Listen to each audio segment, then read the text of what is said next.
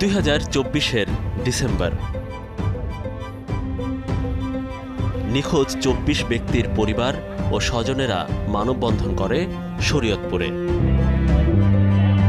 অবৈধ পথে বিদেশ পাড়ি দেয়া মানুষগুলোর সন্ধান চেয়ে তারা আবেদন করে জেলা প্রশাসক, পুলিশ সুপার থেকে শুরু করে প্রবাসী কল্যাণ মন্ত্রণালয়ে। পরে সে লিবিয়া গেছে মাত্রই মাফিয়ারা ধরছে, তারপর বাড়ি ঘর বিক্রি করে তারপর সারাইয়া তারপরে সে কাজে দিচ্ছে।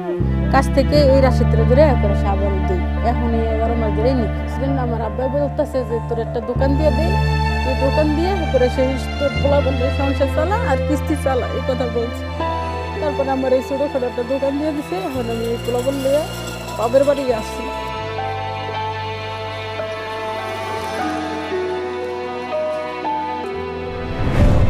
সিরাজকে যদি আমরা উদাহরণ হিসেবে ধরি, ফরিদপুর, মাদারীপুর আর শরীয়তপুরে এমন ঘটনা অহরহ। আশ্চর্য হলেও সত্য যে ইউরোপের এই মৃত্যুযাত্রায় জেনে শুনে সবাই রওনা দেয়।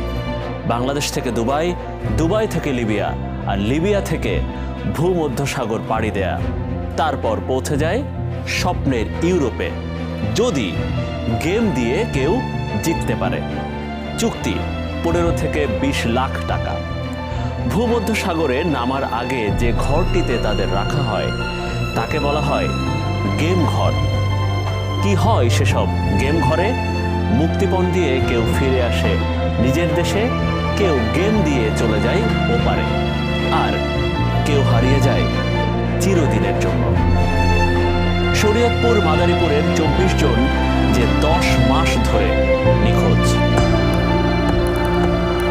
যেহেতু মানব পাচারকারীরা অত্যন্ত কৌশলী এবং দ্রুত, তো সেক্ষেত্রে যেটা হয় যে তারা তাদের যে ব্যবহৃত মোবাইল বা সিম বা অন্যান্য যে সামাজিক যোগাযোগ মাধ্যম সেগুলো বন্ধ করে দিয়ে তারা আসলে আত্মগোপনে থাকে। তো এই ক্ষেত্রে হয়তোবা সকল মানব পাচারকারীদের বিরুদ্ধে আমরা তাদেরকে আইনের আওতায় আনতে পারিনি, কিন্তু আমরা ইতিমধ্যে বেশ কিছু মানব পাচারকারীদের আইনের আশ্রয় নিয়ে এসেছি।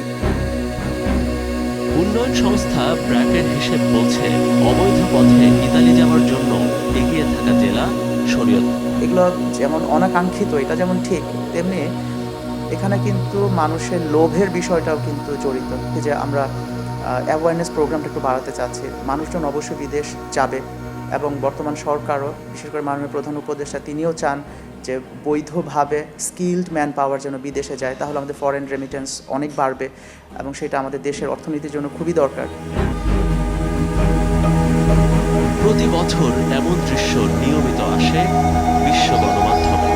উত্তাল ঢেউয়ে জীবন বাজি রেখে ভূমধ্যসাগর পাড়ি দিয়ে মানুষ যাচ্ছে ইউরোপে। জাতিসংঘের তথ্য বলছে গত বছরও পানিপথে ইতালি যাবার তালিকায় শীর্ষে বাংলাদেশ।